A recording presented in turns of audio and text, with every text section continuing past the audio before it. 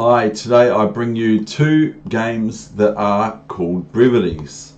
One is immortalized, which is this one coming up. Has been immortalized. It's beating Grandmaster Jan Donner from Holland.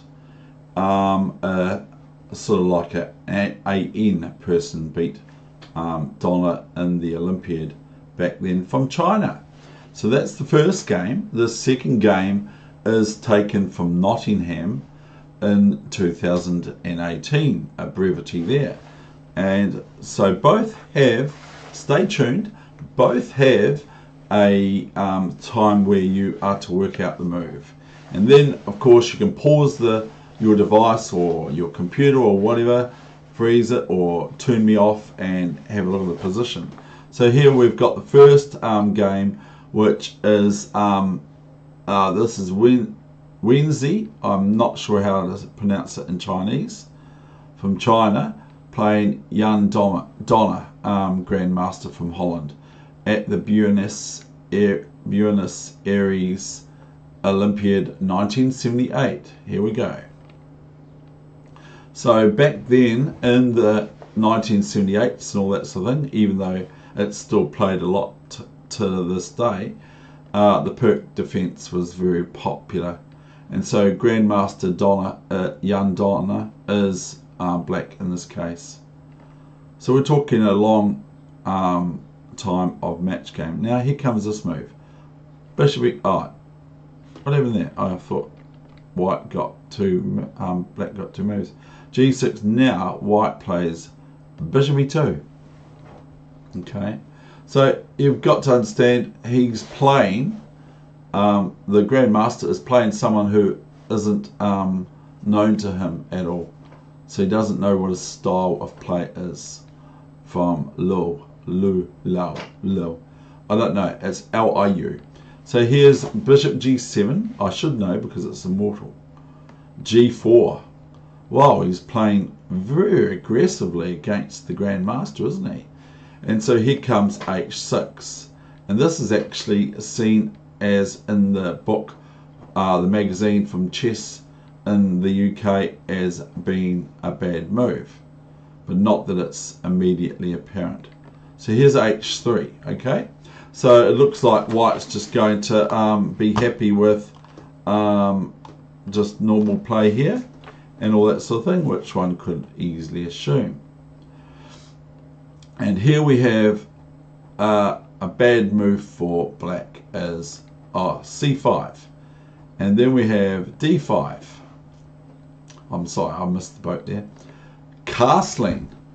Now this was now considered a big mistake, as now white does something a bit irregular here. What do you think he played? He plays, and he's the instigator, the initiator, and the terminator of Grandmasters, but he's the person that set up chess schools in China. He plays H4, so white has now played H4, very, very aggressive, and still not terrible for black yet. But now comes E6, and so this Chinese player just plays G5, and here comes a mistake.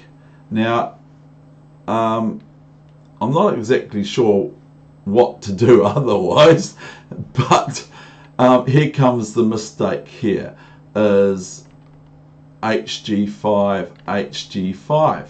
So this is very forceful. It sort of suits my style. I quite like it. And he goes now back to where? H7 with the knight, because the knight's attacked, of course. Doesn't want to take that. So does he go knight H5, knight H7, knight D7, knight E8? So your choice. So here it comes, the move that Grandmaster Donner played from my roots, my country of roots, knight E8. So now this looks pretty sort of like, wow, what's so special about this? So here comes a really sort of like a in your face kind of move, And what is it? What would you play here to get more activity for your pieces? Here, white played the move Queen D3. Now, this has just been very basic and very, very good at the same time, because white is threatening to just go here or here and here, and then there's checkmate. So white is not giving black a chance to move these pieces that are now all on the back rank, except for this bishop. So here comes the take on d5, which prevents, of course, queen h3 because of the red arrow. So white just merely plays knight d5. Now this isn't a game I want to show that shows off about how important it is to develop, but in this case it probably is correct. So knight c6, and now what did the player play? What did Wenshi play now? He played queen g3, which is just obvious intent of queen h4. And it's about now, I think, that he sees his wee combination. He got quite excited, and this put it into the state of immortalized. Bishop e6, and now we just play queen h4. Of course, we've moved the queen 3 times now, so it's a bit naughty. Now black's starting to get development now, so black has to give their king a left. They can't move the rook, so they have to play f6 or f5. So what would you play? And this is an exercise in itself.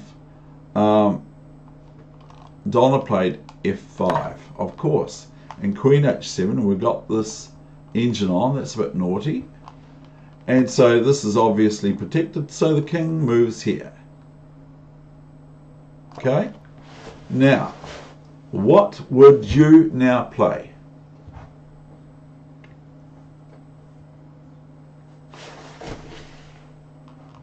Maybe you could play here, and that looks actually not too bad either, but it's not the move.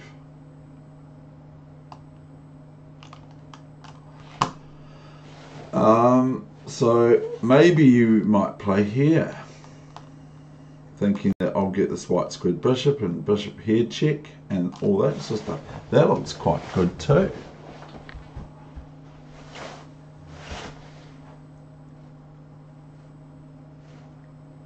So what does white play? White plays a startling move here that Grandmaster Donna did see, of course. Plays, and good on you if you've seen it, queen g6. Oh, what happened there? It's gone, and I've got to just reopen this game. Open database, or open another game, and then I'll open this game again. Is that how I defeat it? It must have, because I turned the computer off.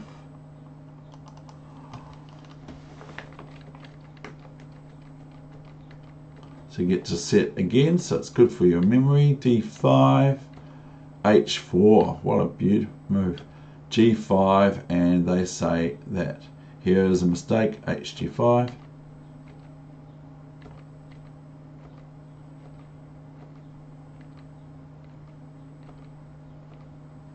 So what move do we play here? If you can analyze this out, you're as good as he is. So, and better than maybe Grandmaster Donna. So what happens here is the big, nice, startling queen sacrifice. So is it queen takes bishop? I don't think so. It's queen takes pawn check, which is a little bit a la similar to the game I placed yesterday on YouTube from the Grandmaster that I couldn't pronounce his name properly, from the second youngest chess grandmaster of all time. King g6. Now obviously bishop h5 is check, and it looks pretty good after king h7, and bishop f7 is still on again. I'm not very happy about this happening. Bishop f7, and okay, I'm going to show you the moves now. Bishop h6 is what Donna saw, and after rook h6 check, he was just going to move his king here. Okay, so he goes bishop h6, but this is where the player from China at that Olympiad at 1978 saw that he had not this, not rook takes, but now the intermediate move, instead of taking the bishop back, g6 check. And here at this point, Donna resigned. Why did Donna resign? Well, let me show you some variations. I'll just check this engine's off again. Yes. So let me just show you some variations. This one's no good because of bishop takes bishop check, and after king h8, bishop takes rook on f8 is checkmate soon thereafter, because the only thing that can happen is the queen can go and put herself at the mercy of the court, but rook h4 is checkmate. So I can show you that. So g6, if king h8, then I will show you this one, rook h6, and now the only move is king here, and rook here is checkmate. See, so the computer says it's true as well, even though white's lost a lot of material. So that's that game. Now I want to show you this other game, which is also brevity. I will actually show you the other variation first.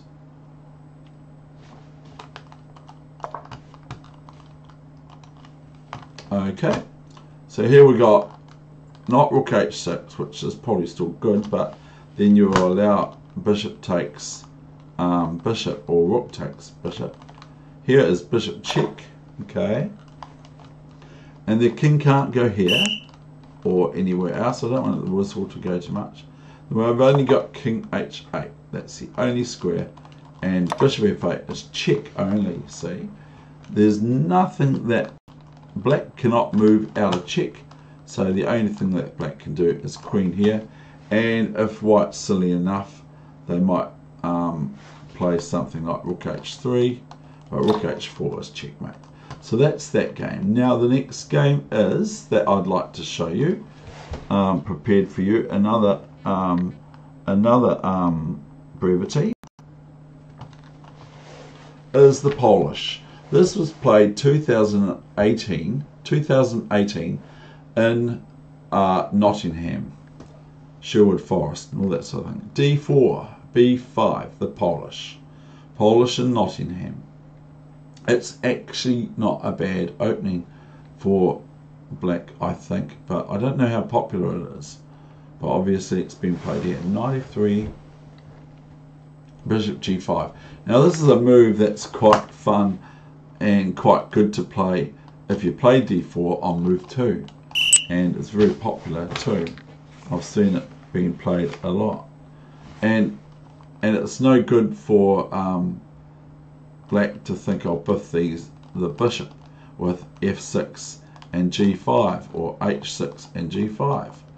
It's neither here nor there. It just gives black a bit of a weakness around these squares here if there's a g5 break. So c5 happens, and c3, h6. Now we have to do something about that. Queen b6, e3, e6, knight b d2. Okay, it looks pretty normal now. Knight e7, a4. So here black makes a mistake, plays cd4, and so white just plays a knight d4. A little bit similar to the other game where there's hardly much development going on. Here comes a6, and we take and we take. And now we're getting near to the end of the session and the end of this position as well. We have rook a1 and queen a1. Now, black plays knight f5. So black plays here, knight f5. I'll just check the engines off, because otherwise it's going to find the move probably instantly, knowing Fritz 11. Now, obviously if it's white's move, this is quite nice. But it's not necessarily winning, but it's probably very nice.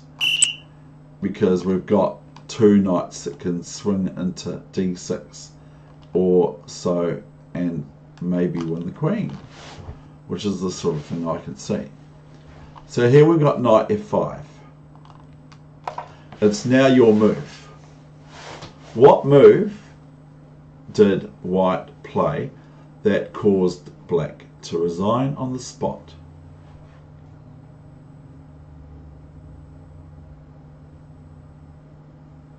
Even though some people wouldn't resign, they'd probably play on.